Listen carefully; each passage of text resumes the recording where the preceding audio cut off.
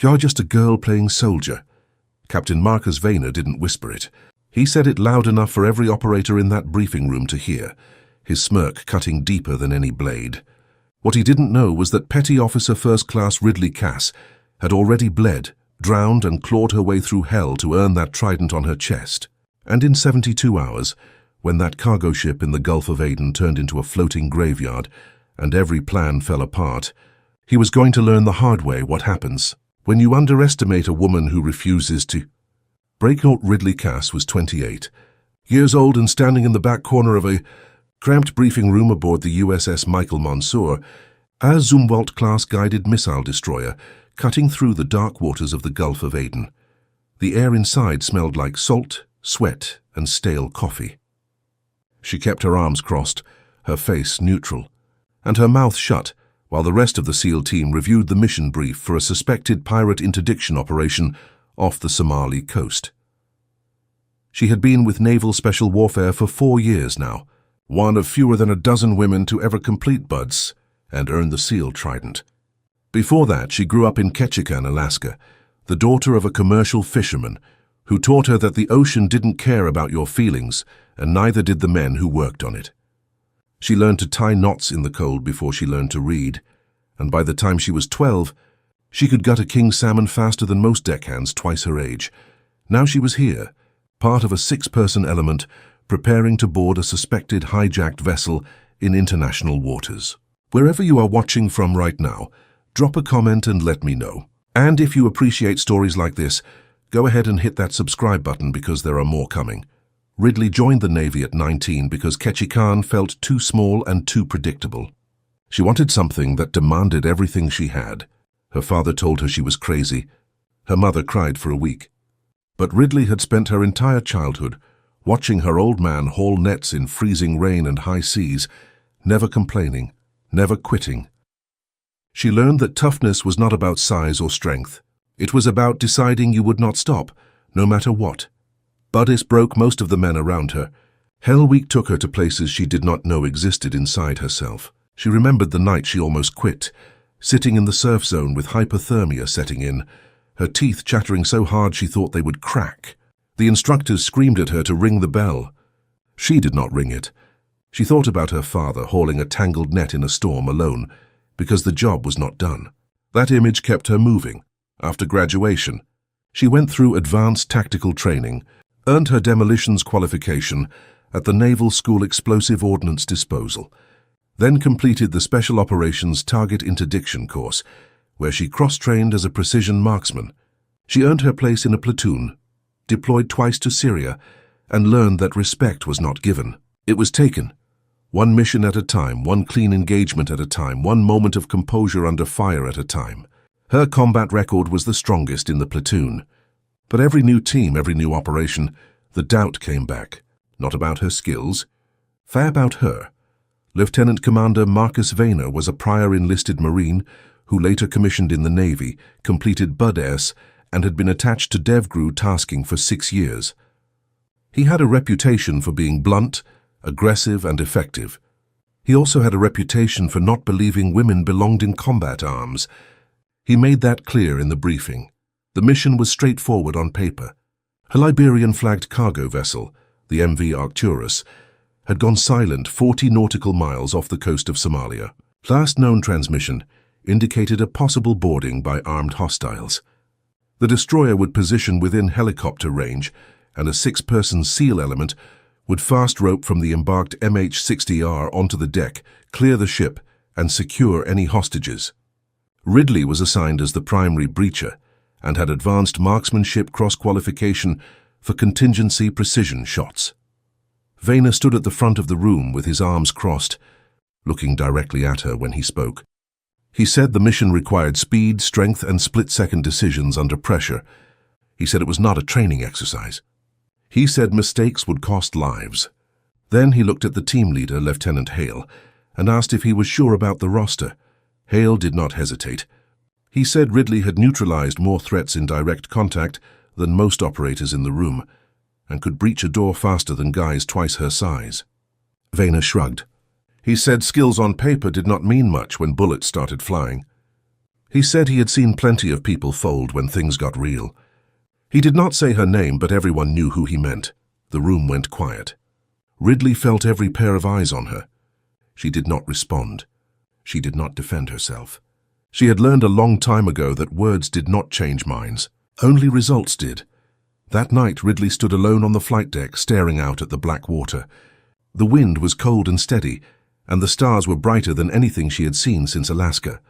She thought about her father again, about the time she was 14 and he let her take the helm during a storm.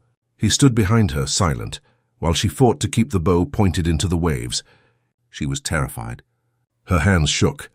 But he did not take the wheel. He just said calm and low that fear was fine, as long as it did not make her stupid. She was not afraid of the mission. She had done dozens of boardings, cleared dozens of ships, pulled triggers in situations where hesitation meant death. She was angry. Angry that no matter how many times she proved herself, there was always someone like Vayner who looked at her and saw a liability instead of an operator.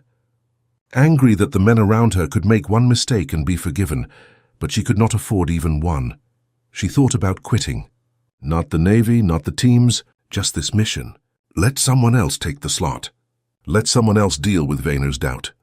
But then she thought about all the women who would come after her, who would be judged not by their own performance, but by hers. She thought about the little girls in Alaska who grew up thinking the ocean was only for men. She took a breath, rolled her shoulders back, and walked back inside. The helicopter lifted off at 0200 hours. The night was moonless, the sea below invisible except for the faint white trails of breaking waves. Ridley sat near the door, her rifle between her knees, her fast-rope gloves already on. The rest of the team was silent, running through mental checklists, adjusting kit, checking comms. The MV Arcturus appeared as a dim shape on the horizon, then grew into a massive steel silhouette. The ship was dark. No lights, no movement. The pilot circled once, low and slow, using infrared to scan the deck. Thermal imaging showed at least 4 hot signatures near the bridge, and 2 more near the cargo hatches. Possible hostiles. Possible hostages. No way to know until they were on the deck. The helicopter hovered. The crew chief gave the signal. Ridley was third in the stack. She clipped onto the rope and dropped 40 feet in less than 3 seconds, her boots hitting the deck hard. She unclipped, brought her rifle up, and moved toward the superstructure. The team stacked on the exterior hatch. Hale gave hand signals. Ridley placed the breaching charge, a small strip of linear-shaped explosive, designed to blow the hinges with minimal overpressure risk to personnel inside.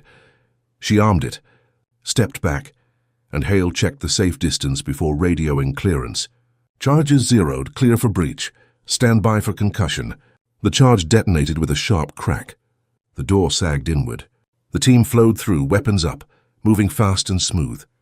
Ridley was second through the door. The passageway inside was narrow, painted steel, lit only by red emergency lights. It smelled like diesel and rust and something else. Blood. They moved forward, clearing corners, checking hatches. Then gunfire erupted from the deck above. Rounds punched through the thin steel ceiling, sparking off the walls. The team scattered, seeking cover. Hale called for a shift in approach. They needed to flank, come up through a different access point. But the ship layout was a maze, and the thermal imaging was not detailed enough to show interior routes. Vayner, monitoring from the destroyer, came over the radio. His voice was tight. He said they were taking too long. He said the hostiles were moving toward the engine room, possibly rigging explosives. He said if they couldn't get it under control, he'd recommend pulling the team and requesting immediate airborne overwatch with strikes on call. But that would mean accepting the hostage risk. Ridley felt the weight of that transmission. An airstrike meant the hostages were already dead. It meant failure. It meant proving Vayner right. Ridley remembered something her father told her when she was 16. He said the best fishermen were not the ones with the biggest boats or the most expensive gear. They were the ones who understood the water, who could read currents and wind and find fish where no one else thought to look. She realized the same principle applied here. Everyone was thinking like an assaulter, moving through hatches and passageways. But this was a cargo ship. There were other ways in. She broke from the stack and moved aft, toward the exterior ladder that ran up the side of the superstructure. It was exposed, dangerous, but it bypassed the interior maze. Hale called her name over the radio, asking what she was doing. She told him she had a better angle. She climbed fast, her rifle slung across her back, her gloves gripping the cold steel rungs. She reached the upper deck and moved low, using the cargo containers for cover. She could see the bridge now 20 meters away. 2 hostiles were visible through the broken windows, armed with AK pattern rifles. Scanning the deck below, she dropped into a prone position behind a ventilation housing, brought her rifle up, and activated the ANPEC-15 infrared laser. Through her night vision, the beam was a bright green line cutting through the dark. She controlled her breathing, let her heart rate settle, watched the glass flecks on the frame, held the laser steady, and compensated for the brief deflection. She placed the reticle on the first target. Center mass. She pressed the trigger. The suppressed shot was a soft crack. The hostile dropped. The second hostile spun, searching for the source. Ridley shifted aim, adjusted for the angle and glass distortion, and fired again. Another hit.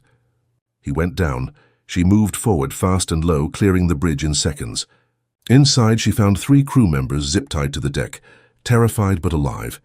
She cut them loose, told them to stay down, and radioed Hale.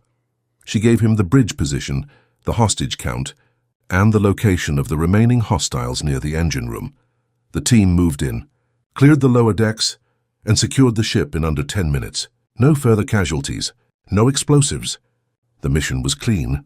When they returned to the destroyer, Vayner was waiting on the flight deck. He did not say anything at first.